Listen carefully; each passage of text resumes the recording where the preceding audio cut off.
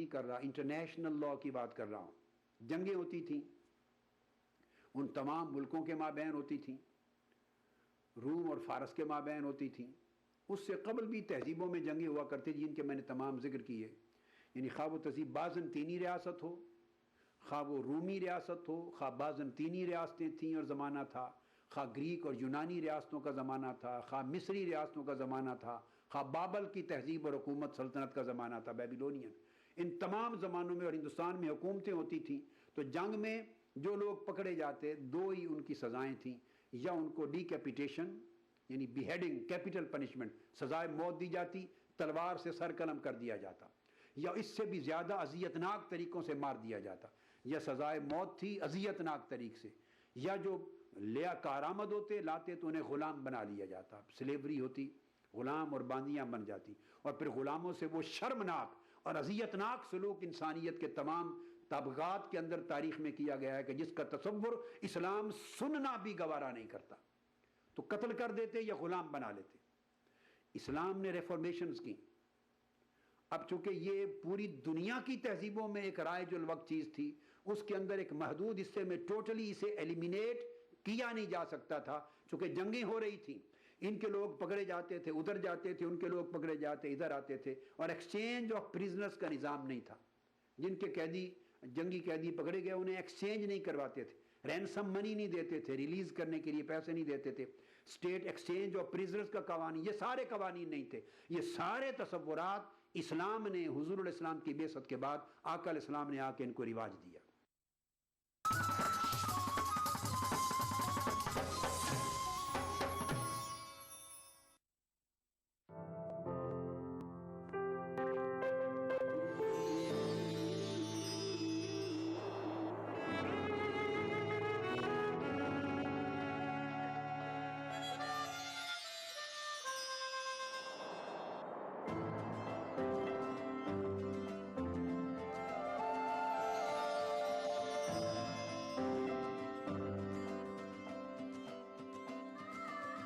एहसासों से जुड़े नए रिश्ते बिखेरेंगे रंग।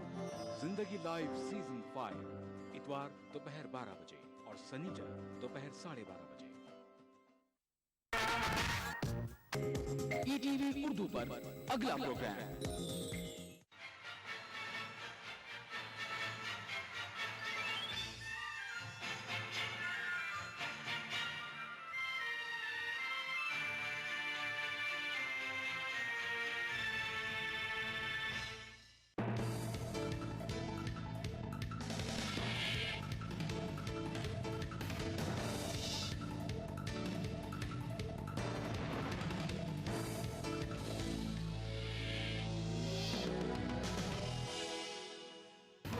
बद्रीनाथ में अब भी 900 अफराद हैं फंसे, 3000 लापता।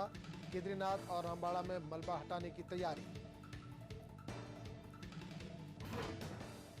इशरत इनकाउंटर केस में सीबीआई आज दाखिल कर सकती है चार्जशीट।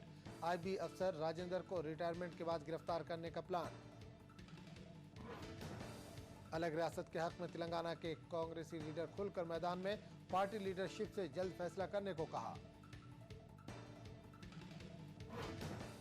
अमेरिका खुफिया एजेंसी पर यूरोपीय यूनियन के सिफारतखानों की जासूसी करने का इल्जाम, यूरोपीय पार्लियामेंट सदर का सख्त एहतजाज, अमेरिका से मांगी सफाई। पाकिस्तान में खूनी इतवार, मुख्तलिफ दहशतगर्दाना कार्रवाइयों में 53 अफराद हलाक, 140 जख्मी। और ट्राई सीरीज में सनसनीखेज मुकाबला, वेस्टइंडीज ने टीम इंडिया को हराया 1 विकेट से।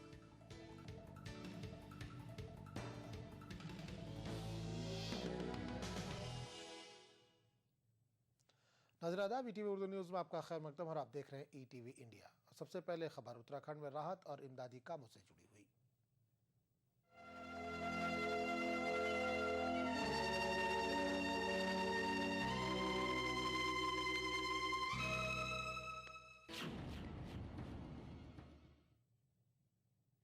उत्तराखंड के बद्रीनाथ से कल भी कुछ अफराद को निकाला गया, जबकि वहां 900 अफराद अब भी फंसे हुए हैं। मुतासिरीन को ग़िज़ाई और तिब्बी इमदाद पहुंचाई जा रही है। इस बीच केदारनाथ और रामबाड़ा में मलबे में दबी लाशों को निकालने और उनकी आखिरी रसूम अदा करने के लिए मुख्तलिफ महकमों के अफसरों पर मुश्तमिल 200 रुकनी टीम भेजने की तैयारी की जा रही है। उत्तराखंड में इमदादी एजेंसियों ने अब तक 1,07,670 अफराद को मुख्तलिफ मकामात से निकालने में कामयाबी हासिल की है। आज हेलीकॉप्टर के जरिए 200 श्रद्धालुओं को बद्रीनाथ से जोशीमठ ले जाया गया। ताहम अभी भी बद्रीनाथ में 500 अफराद फंसे हैं। अगर मौसम ने साथ दिया तो इमदादी काम जल्द ही मुकम्मल हो जाएगा। इस बीच केदारनाथ में मलबे को हटाने और इसमें दबी लाशों को निकालना रियासती हुकूमत की अव्वलीन तरजीहात में शामिल है। हमारा ऑपरेशन केदारनाथ को क्लियर करना, जितनी भी बॉडी मिलेगी, मैंने आपको पहले भी कहा था कि जो प्रोसीजर गवर्नमेंट ऑफ इंडिया का है, जो दिया गया है डीएनए सैंपलिंग वगैरह के लिए, उसके लिए हैदराबाद से भी टीम बुलाई जा रही है। एनडीएमए वो उसको हमको असिस्ट करेगा, एनडीआरएफ असिस्ट करेगा इक्विपमेंट के साथ। केदारनाथ और रामबाड़ा में मलबे में दबी लाशों को निकालने के लिए मुख्तलिफ महकमे जात के अफसरान पर मुश्तमिल 200 रुकनी टीम तश्कील दी गई है। वज़ीर आला विजय बहुगुणा ने कहा है कि 1-2 दिनों में लाशों की आखिरी रसूमात अदा की जाएगी। 200 आदमी की टीम बनाई जा रही है, क्योंकि अब जो शव है वो सब या तो दबे हुए हैं भवनों में, जिनके लिए मशीन्स चाहिए काटने के लिए, तो जो एनडीआरएफ से सारी मशीनें उपलब्ध कराई जा रही हैं। 200 आदमी का दल तैयार किया गया है आज, जिसमें डॉक्टर भी होंगे जो डीएनए लेंगे, और ये पुलिस के लोग कल पहले जाकर के वहाँ व्यवस्था बनाएंगे, क्योंकि 200 आदमी की रहने की व्यवस्था करने केदार में कोई व्यवस्था नहीं है।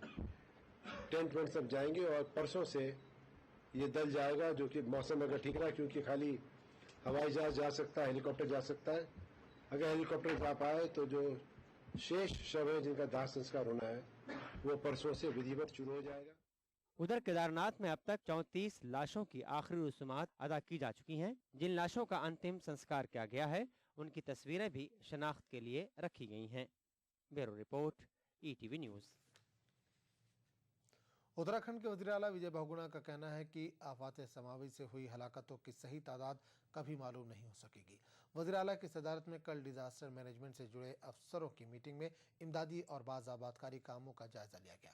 विजय बहुगुणा ने कहा कि अभी भी तकरीबन 3000 अफराद लापता हैं।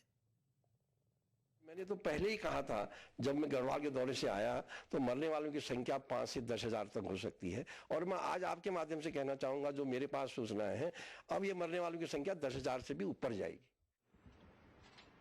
और ये जो संख्या है, इस पे अनुरोध है मेरा कि कितने मृत्यु हो गई और कितने लोग लापता है, इस पे कोई जो है वो ऐसा बयान ना दे।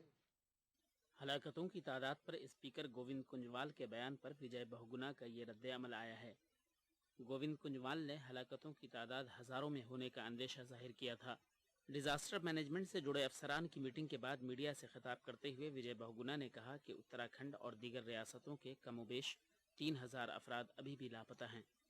रियासत और रियासत के बाहर के लापता अफराद के बारे में इत्तला देने के लिए उनके रिश्तेदारों को 30 दिनों की मोहलत दी गई है। दीगर रियासतों के चीफ सेक्रेटरियों को भी लापता अफराद की फहरिस्त भेजी जा रही है। जांच के बाद मुतासिरा खानदानों को मदद पहुंचा दी जाएगी। निर्देश दे दिए गए हैं कि जो हमारे यहाँ के लोग मिसिंग है तुरंत रिपोर्ट कर दें और उस पर जांच होगी। और 30 दिन तक यदि व्यक्ति वापस नहीं आता और वो आदमी, उनके परिजन हमको एक हलफनामा दे देंगे, तो राज्य सरकार राहत की राशि उनको दे देगी और हम मान के चलेंगे कि शायद उनकी मृत्यु हो गई है। जहाँ तक दूसरे राज्यों से जो लोग आए थे, तीर्थयात्री आए, पर्यटक आए, उनकी जो भी हमारे पास शिकायतें हैं जो दर्ज की गई हैं, हम उनको वापस भेज रहे हैं चीफ सेक्रेटरी के पास। बहुगुणा राहत और बाज़ आबादकारी पर भी पूरी तवज्जो दे रहे हैं।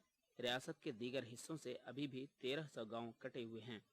इन गाँव में मुतासिरीन तक अशियाए ज़रूरिया हेलीकॉप्टर के जरिए पहुंचाई जा रही हैं। जिन गाँव में हेलीपैड नहीं है, वहां हेलीपैड बनाने की हिदायत दी गई है। पीने के पानी, बिजली और मवासलाती खिदमात की बहाली के लिए हुकूमत भरपूर कोशिश कर रही है। बिजली की सप्लाई 3500 से भी जायद गाँव में मुनक़ता हो गई थी। बिजली बहाल करने के लिए काम तेज़ रफ्तारी से जारी है। अब 496 गाँव ऐसे बचे हैं जहां बिजली की सप्लाई बहाल नहीं की जा सकी है। सोलर लाइट्स का इंतजाम किया जा रहा है। उत्तरकाशी जिला में तकरीबन 2000 सोलर लाइट्स तकसीम की गई हैं। लेकिन युद्ध स्तर पे काम हुआ है और अब मात्र 1300 बचे हैं, 1300, जहाँ पे कि कनेक्टिविटी नहीं, क्योंकि रास्ते क्षतिग्रस्त हो गए। जिला अधिकारियों को अधिकृत कर दिया गया है कि यहाँ पे आप खाद्य सामग्री पहुँचाइए। खाद्य सामग्री 1 माह के लिए उन ग्रामीण क्षेत्रों में जो कि आज कट ऑफ हो गए हैं, राज्य सरकार मुफ्त देगी। बहुगुणा ने मजीद कहा कि किसी वबाई अमराज फैलने की शिकायत अब तक नहीं मिली है। मरकज की टीम सैलाब मुतासर इलाकों का दौरा कर रही है और दवाएं भी माकूल मिकदार में दस्तयाब हैं। Bureau report, ETV news.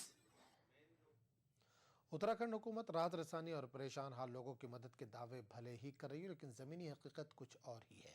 हालात ऐसे हैं कि आवाम राहत और इमदादी अशिया के लिए एक दूसरे से लड़ने झगड़ने तक को तैयार है। ऐसे ही हालात देखे गए पिथौरागढ़ में। हालात ऐसे पैदा हो गए हैं कि राहत और इमदादी सामान को देखते ही कोहराम समझ जाता है और इसको काबू में करने वाला कोई भी नहीं है।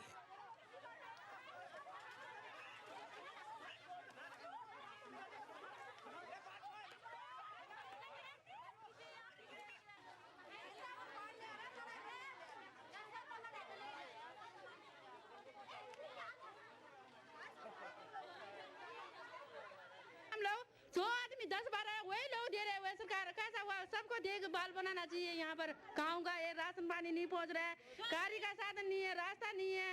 हम लोगों को कितना परेशान है हम लोग। तो आप क्या कहना चाहती हैं? हर राशन मिलना चाहिए, रास्ता नहीं है, कहीं रास्ता भी बंद है और राशन मिलना चाहिए। किसी का कौन लोग ज्यादा एक बार मिल गया, 10 बार वही आदमी आके ले जा रहे हैं। हम तो कुछ भी नहीं मिल रहा है। कोठी गांव में खाद्यान्न सामग्री को लेकर पूरी तरीके से अराजकता का माहौल है। स्थानीय लोग आपस में भिड़े हुए हैं, एक दूसरे पे आरोप लगा रहे हैं कि कोई पूरा 10-10 दिन का अनाज ले जा रहा है और किसी के बाद खाने के लिए नहीं है। आप देख सकते हैं पूरी तरीके से ग्रुपों में यहाँ पर प्रभावितों के भी ग्रुप बन चुके हैं, अलग अलग गुट बने हैं, जिनके बीच तनाव बढ़ता जा रहा है। प्रशासन का कोई अमला यहाँ पर मौजूद नहीं है कि सही तरीके से वितरण कर सके और खाद्यान्न सामग्री सब में बराबर बढ़ सके। प्रशासन की लापरवाही, प्रशासन के गैर जिम्मेदार रवैये के कारण प्रभावितों में एक तरीके से बंटवारा हो रहा है, तनाव लगातार बढ़ रहा है। कोठी से ETV न्यूज़ के लिए विजयवर्धन उप्रेती। मरकजी वजीर देही तरक्यात जयराम रमेश आज उत्तराखंड के दौरे पर देहरादून पहुंच रहे हैं। जयराम रमेश वज़ीर आला विजय बहुगुणा से मुलाकात करेंगे और सैलाबज़दा रियासत की ताज़ा सूरत हाल और राहत और बचाव कामों पर गुफ्तगू करेंगे। वज़ीर आला और रियासती हुकाम के साथ तबादला ख्याल में तबाहशुदा देहात के बाद आबादकारी पर ख़ास तौर से गुफ्तगू मुतवक्का है। वज़ीर आला विजय बहुगुणा आज वीडियो कॉन्फ्रेंसिंग के जरिए रियासत के ज़िला अफसरों से हालात की जानकारी हासिल करेंगे।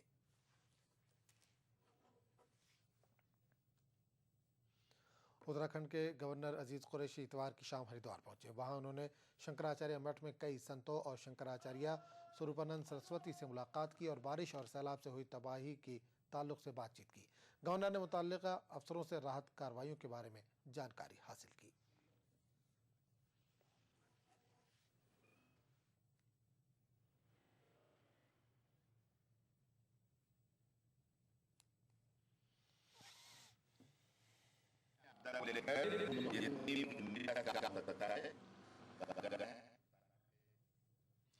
उत्तराखंड में सैलाब से तबाह हुए एक गांव को फिर से बसाने की जिम्मेदारी मध्य प्रदेश हुकूमत ने अपने सर ली है। मध्य प्रदेश के वज़ीर आला शिवराज सिंह चौहान ने देहरादून में रियासती वज़ीर आला विजय बहुगुणा से मुलाकात की। शिवराज सिंह ने उत्तराखंड में लापता रियासत के 539 यात्रियों के बारे में जानकारी फराहम कराते हुए इनका पता लगाने में मदद की अपील की। शिवराज चौहान ने कहा कि उत्तराखंड की तबाही सबके लिए गम की बात है।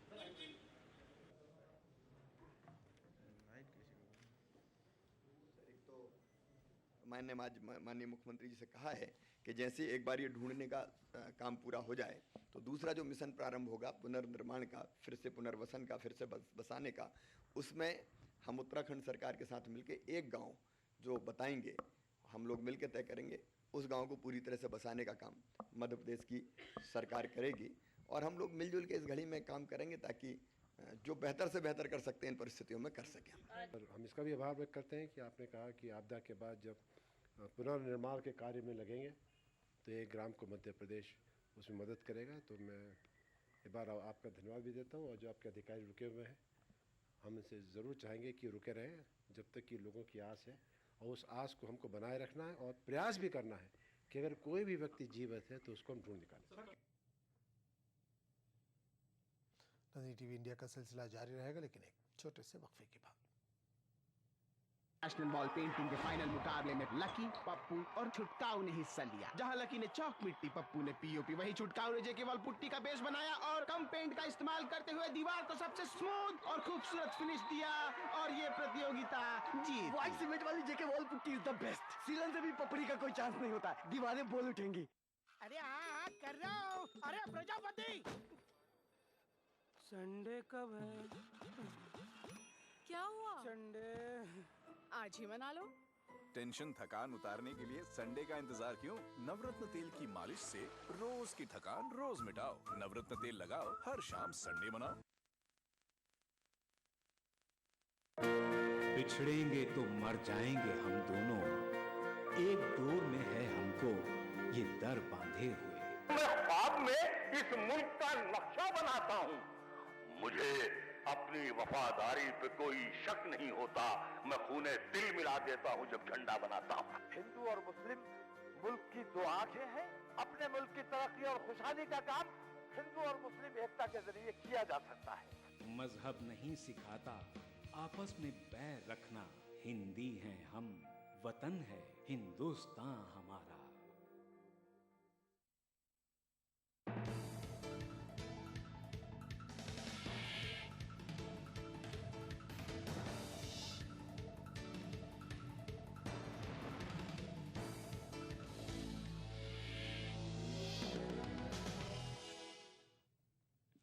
ईटीवी उर्दू न्यूज़ में एक बार फिर आपका खैर मकदम और आप देख रहे हैं ईटीवी इंडिया।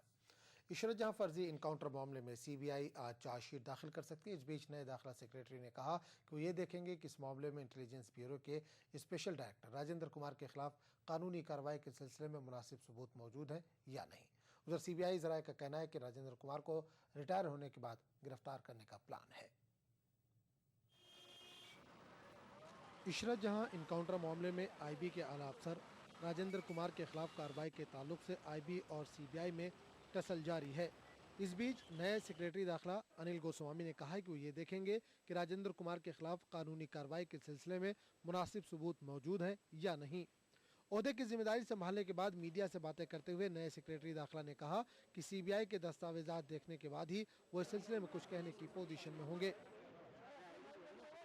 सीबीआई के पास क्या कागजात हैं, क्या एविडेंस है, वो कागज़ देखने के बाद ही मैं देख सकूंगा। अभी मैं इसके बारे में आपको कुछ कह नहीं सकता, क्योंकि मेरे पास भी जो इत्तला है वो अखबारों से ही है और अखबारों में आप लोग मेहनत तो बड़ी करते हैं, लेकिन ज़रूरी नहीं है कि उस पर सारे के सारे फैक्ट्स आ सकें।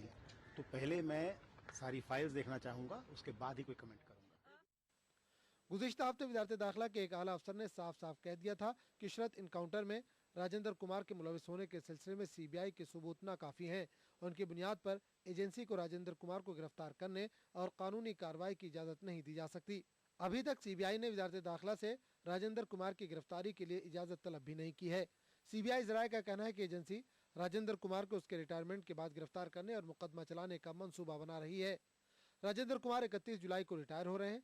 सीबीआई का ये भी कहना है कि इसे राजेंद्र कुमार के खिलाफ कार्रवाई के लिए वज़ारत दाखिला की इजाज़त की ज़रूरत नहीं है, क्योंकि मामला फर्जी इनकाउंटर से जुड़ा है और सरकारी अफसर की ड्यूटी से मुताल्लिक नहीं है। सीबीआई राजेंद्र कुमार से इशरत इनकाउंटर के सिलसिले में 2 बार पूछताछ कर चुकी है। एजेंसी का कहना है कि इस बात के पुख्ता सबूत हैं कि राजेंद्र कुमार उन अफसरों में शामिल थे जिन्होंने इनकाउंटर से कबल गुजरात पुलिस की हिरासत में इशरत से पूछताछ की थी। ईटीवी न्यूज़, नई दिल्ली। हजन बांडीपुरा में फौज की फायरिंग में 2 नौजवान मारे गए। तफसीलात के मुताबिक मारकुंडल हजन में रात के 3 बजे फौज की फायरिंग से इरफान अहमद गनाई नामी 22 साला तालिब इल्म मारा गया। तकरीबन 6 बजे के करीब जब इरफान की हलाकत की खबर फैली तो लोगों ने फौज के खिलाफ ज़बरदस्त एहतजाज और पथराव किया। इसी दौरान फौज ने फिर एक बार एहतजाजियों पर फायरिंग की और इस वाक़े में मजीद कोनबल सफ़ापुरा का तारिक अहमद लहरवाल मारा गया, जबकि मजीद 3 लोग जख्मी हो गए। वाक़े के बाद न सिर्फ इलाके में बड़े पैमाने पर एहतजाजी मुजाहरों का सिलसिला शुरू हो गया, बल्कि लोगों ने डीसी बांडीपुरा और एसपी बांडीपुरा के मारकंडल पहुंचते ही उन पर शदीद पथराव किया, जबकि जवाबी तौर पर पुलिस ने भी आंसू गैस के शेल दागे। पथराव के नतीजे में एसपी बांडीपुरा भी जख्मी हो गए हैं।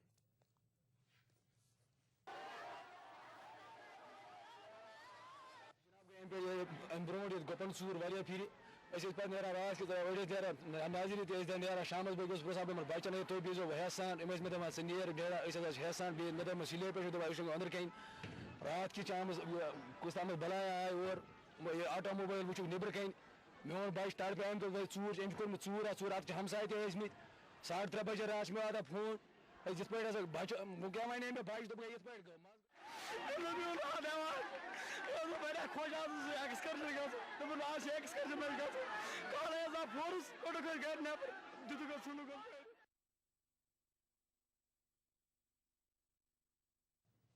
इसी दौरान कई सियासी जमातों और लीडरों ने बांडीपुरा हलाकतों की सख्त मजम्मत की है। PDP सरपरस्त मुफ्ती मोहम्मद सईद ने इन हलाकतों पर तशवीश का इजहार करते हुए मामले की जांच का मुतालबा किया है। एक अवामी रैली से खिताब करते हुए मुफ्ती ने अब सपा के हटाने की भी मांग की। उधर national conference leader Mohammad Akbar Lone ने इन हलाकतों की मजम्मत की है। अवामी इत्तेहाद के चेयरमैन इंजीनियर अब्दुल रशीद समेत कई दीगर लीडरान ने भी वाक़े की सख्त मजम्मत की है। उधर हुर्रियत कॉन्फ्रेंस गिलानी ग्रुप ने हलाकतों के खिलाफ आज एक रोज़ा हड़ताल की कॉल भी दी है। उड़ाना चाहिए, इसको खत्म करना चाहिए। और आज के जो वाक़ा हुआ है वहाँ मुझे मालूम नहीं, संबल में सोनवारी में वाक़ा हुआ है, कोई झगड़ा हुआ था, कहीं आर्मी ने अमरुश किया था, उसी में गोली चली, कोई मरा, फिर लोगों का प्रोटेस्ट निकला, उसके खिलाफ प्रोटेस्ट में भी एक आदमी मर गया। तो एक ऐसा हम चाहते हैं, ऐसा नहीं। आप देखते हैं इस वक्त हमारा बहुत अच्छा खासा टूरिस्ट सीज़न चल रहा है और वर्किंग सीज़न है हमारा और यात्रा चल रही है। इस मौके पर आर्मी को ऐसा करना चाहिए था। ये इसकी जितनी भी मजम्मत की जाएगा, जिन अल्फाज में भी इसकी मजम्मत की, पूरे कौम को इसकी मजम्मत कर। जो शख्स इसके असली मुर्तकब है इस जुर्म का, उसके खिलाफ बाज़ाब्ता जो पर्चा लगा है 302 में, उसके खिलाफ बाज़ाब्ता तौर पर कानूनी कार्रवाई होनी चाहिए। अलग तेलंगाना की तश्कील के लिए तेलंगाना के कांग्रेसी लीडर अब खुलकर मैदान में आ गए हैं। हैदराबाद के निज़ाम कॉलेज मैदान में तेलंगाना से ताल्लुक़ रखने वाले लीडरों ने ताकत का मुजाहरा करते हुए तेलंगाना के हक़ में पहली बार एक बड़ी रैली मुनक़्क़िद की। तेलंगाना के कांग्रेसी लीडरों ने पार्टी लीडरशिप से अलग तेलंगाना के बारे में जल्द फैसला करने को कहा।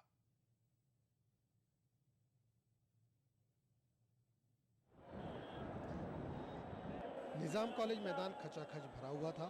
रैली में तेलंगाना के मुख्तलिफ इलाकों से ताल्लुक़ रखने वाले हज़ारों अफराद मौजूद थे। इस स्टेज पर तेलंगाना से ताल्लुक़ रखने वाला तकरीबन हर कांग्रेसी लीडर नज़र आ रहा था। रैली में कांग्रेस के आला लीडरशिप से मुतालबा किया गया तो मज़ीद ताख़ीर किए बगैर इलाक़े तेलंगाना को अलग रियासत का दर्जा देने का फैसला करे। लीडरों ने जोर देकर कहा कि सिर्फ कांग्रेस ही अलग तेलंगाना बना सकती है। आज निज़ाम कॉलेज ग्राउंड के अंदर लाखों का मजबा आकर ये बता दिया कि आज भी हमको हमारी कायद सोनिया गांधी पे हमको पूरा मुकम्मल विश्वास और भरोसा है कि तेलंगाना कांग्रेस से ही हासिल हो सकता है। ये उसका सबूत है कि आज तमाम मिनिस्टर्स, MPs, MLAs और कांग्रेस के वरिष्ठ नेता, यूथ कांग्रेस, NSY और छोटे छोटे गांव से कांग्रेस का कार्यकर्ता ने बाहर उमड़ के आया और ये बताने के लिए हम सब भरोसा है कांग्रेस पार्टी दे सकती है। तेलंगाना वाले को पूरा भरोसा है कि सोनिया जी एक दिन ना एक दिन हमारे को तेलंगाना जरूर देंगे। हमारे माता जी पे भरोसा है। लाखों लोग तेलंगाना के कांग्रेस पार्टी कार्यकर्ता आज आके सोनिया गांधी लीडरशिप के ऊपर, राहुल गांधी लीडरशिप के ऊपर और एक बार विश्वास प्रकटिस्तू ఈ రోజు మన తెలంగాణ सब चाहिए बोल के आवाज हमारा दिल्ली तक पहुंचना बोल के मीटिंग लगाए। रैली में जय तेलंगाना, जय कांग्रेस का नारा भी छाला गया। सियासी मुबस्सिरीन का ख्याल है कि इस रैली का मकसद तेलंगाना की तश्कील का सेहरा कांग्रेस पार्टी के सर बांधने की कोशिश था ताकि TRS इसका सियासी फ़ायदा हासिल ना कर सके। चंद रोज़ कबल में पार्टी सदर सोनिया गांधी से मुलाकात करने वाले लीडरों ने दावा किया कि पार्टी जल्द ही अलग तेलंगाना का तोहफा देने वाली है। तेलंगाना के बारे में फैसला नहीं लिए जाने से नाराज़ कांग्रेस के 2 अरकान पार्लियामेंट और सीनियर लीडर के केशव राव पार्टी छोड़कर 1 माह पहले TRS का दामन थाम चुके हैं। इलाके के कांग्रेसी लीडरों ने मुत्तहिद होकर तेलंगाना के सिलसिले में अपने जज्बात से पार्टी लीडरशिप को वाकिफ करने के लिए इस रैली का एहतमाम किया था। ETV news Hyderabad. Nazeer TV India का सिलसिला जारी रहेगा, लेकिन एक छोटे से वक्फे की बात। उत्तराखंड में आई दैवीय आपदा में स्वेच्छा से मदद करने हेतु आप सहायता राशि चेक अथवा बैंक ड्राफ्ट के माध्यम से मुख्यमंत्री राहत कोष उत्तराखंड के नाम से मुख्यमंत्री कार्यालय उत्तराखंड सचिवालय परिसर 4 सुभाष रोड देहरादून 248001 को प्रेषित कर सकते हैं। आप भारतीय स्टेट बैंक सचिवालय शाखा देहरादून में राहत के लिए संचालित मुख्यमंत्री राहत कोष खाता संख्या 3039595432 IFS कोड SBIN 00100164 में सीधे भी सहयोग राशि जमा कर सकते हैं।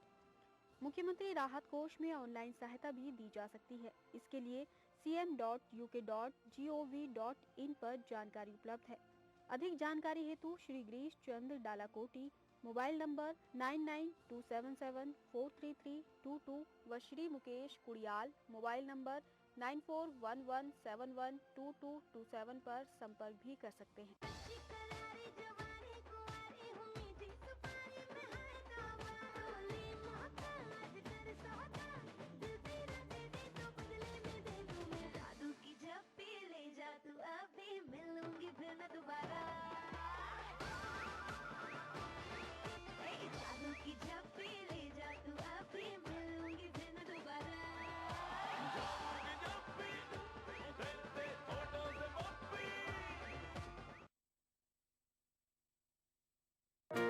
बिछड़ेंगे तो मर जाएंगे हम दोनों, एक डोर में है हमको ये दर बांधे हुए। मैं ख्वाब में इस मुल्क का नक्शा बनाता हूँ, मुझे अपनी वफादारी पे कोई शक नहीं होता, मैं खूने दिल मिला देता हूँ जब झंडा बनाता हूँ। हिंदू और मुस्लिम मुल्क की दो आंखें हैं। अपने मुल्क की तरक्की और खुशहाली का काम हिंदू और मुस्लिम एकता के जरिए किया जा सकता है। मजहब नहीं सिखाता आपस में बैर रखना, हिंदी हैं हम, वतन है हिंदुस्तान हमारा।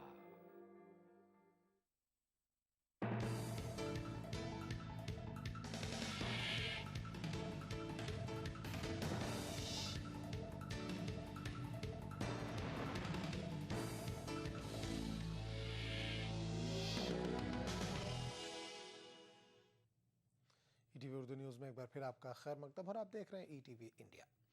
समाजवादी पार्टी के सरबराह मुलायम सिंह यादव का कहना है कि 2014 के लोकसभा इंतखाबात में न कांग्रेस को अक्सरियत मिलेगी और न ही बीजेपी को। कोलकाता में मुलायम ने दावा किया कि आइंदा इंतखाबात के बाद गैर कांग्रेसी और गैर बीजेपी जमातों पर मुश्तमिल तीसरा महाज तश्कील पाएगा।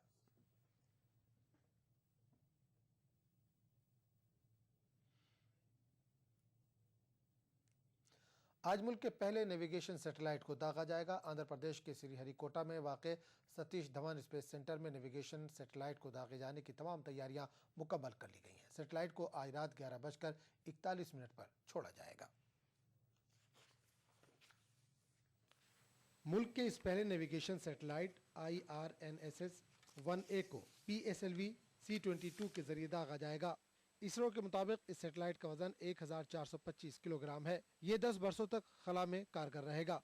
इसके जरिए मुल्क और इलाके के इस्तेमाल कुरंदगान एक्यूरेट रियल टाइम पोजीशन और टाइमिंग इंफॉर्मेशन मालूम कर सकेंगे। इसरो के मुताबिक IRNSS-1A में 2 किस्म के पेलोड्स हैं जो नेविगेशन और रेंजिंग के काम अंजाम देते हैं। खला में दागे जाने के 20 मिनट बाद इन 2 पेलोड्स को इंजेक्ट किया जाएगा। इस सैटेलाइट के सोलर पैनल्स भी 2 हैं। इसमें स्पेशल थर्मल कंट्रोल स्कीम्स को डिजाइन किया गया है। इस सैटेलाइट के 64 घंटों की उल्टी गिनती शनिचर सुबह 7:11 पर शुरू हो चुकी है। इसरो के मुताबिक अगर सब कुछ ठीक ठाक रहा तो आज रात 11:41 पर इसको श्रीहरिकोटा के सतीश धवन स्पेस सेंटर से दागा जाएगा। इसरो के मुताबिक गैर मामूली तौर पर इस सैटेलाइट को निस्फ शब में दागा जा रहा है। श्रीहरिकोटा से किसी सैटेलाइट को निस्फ शब में दागे जाने का यह पहला तजुर्बा भी होगा। इसरो के मुताबिक Indian regional navigation satellite system के एप्लीकेशनों में territorial aerial and marine navigation, disaster management, vehicle tracking and fleet management शामिल है। इसके अलावा इस सैटेलाइट से हाइकर्स और ट्रैवलर्स को बहुत मदद मिलेगी। इसरो के मुताबिक IRNSS के 7 सैटेलाइट होंगे। इन 7 सैटेलाइट को तैयार करने के लिए 2015 तक का निशाना रखा गया है। इसके लिए 1420 करोड़ रुपए की लागत आएगी। Bureau report, ETV news. Germany की एक मैगजीन ने यह दावा करके सनसनी फैला दी है कि अमेरिकी खुफिया इदारे NSA ने अमेरिका में यूरोपीय यूनियन मुल्कों के सफारतखानों और दफातर की जासूसी की थी। हफ्त रोज़ा मैगजीन डियर स्पेगल ने 2010 के खुफिया दस्तावेजात का हवाला देते हुए कहा है कि न्यूयॉर्क और वाशिंगटन में वाक़ यूरोपीय यूनियन के सफारतखानों और दफातर की जासूसी की गई। यूरोपीय पार्लियामेंट के सरबराह मार्टिन शेल्स ने कहा है कि अगर जर्मन मैगजीन की रिपोर्ट सही है तो इससे यूरोपीय यूनियन और अमेरिका के रिश्तों पर बुरा असर पड़ेगा। जर्मन मैगजीन डेयर स्पीगल का कहना है कि एनएसए से मिले दस्तावेजात के मुताबिक एजेंसी ने वॉशिंगटन में यूरोपीय यूनियन के दाखिली कंप्यूटर नेटवर्क और न्यूयॉर्क में अक़वाम मुत्तहिदा में यूरोपीय यूनियन के दफ्तर की